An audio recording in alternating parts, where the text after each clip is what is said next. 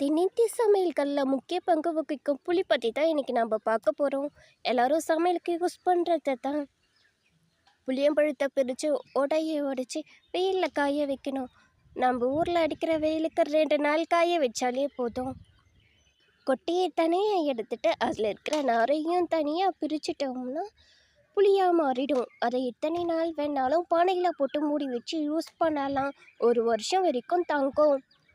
நடுவில் 2 மாதத்துக்கு ஒரு முறை வெயிலில் காய வச்சு திரும்பவும் பானையில் போட்டு பதப்படுத்தி யூஸ் பண்ணலாம்.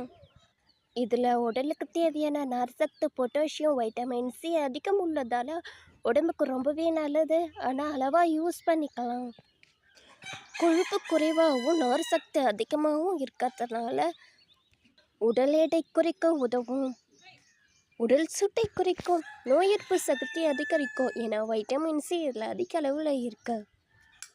இதயத்துக்கு ஆரோக்கியத்தை தருவதோடு பல நன்மைகளும் இருக்குது. அதே சமயம் தீமைகளும் இருக்குது. அதிக அளவில் எடுத்துக்கிட்டால் அசிடிட்டி, பல்லில் எனாமல் தேய்மானம், சிலருக்கு அலர்ஜி, பக்க விளைவை கூட ஏற்படுத்தும். அதனால பார்த்து அளவாக யூஸ் பண்ணுங்க. அறுவை சிகிச்சை செய்கிறவங்க, செய்ய போகிறவங்க இதை தவிர்ப்பது நல்லது. சுடு தண்ணி போட்டு குடிக்கணுமா? ஊற வச்சு கரைச்சி ரசத்தில் ஊற்றணும். புளியாக இருக்கும். அதை கரைச்சி ஊற்றுறதுனால என்ன நல்லதுக்குது? ரசத்துக்கு நல்லா இருக்கும்.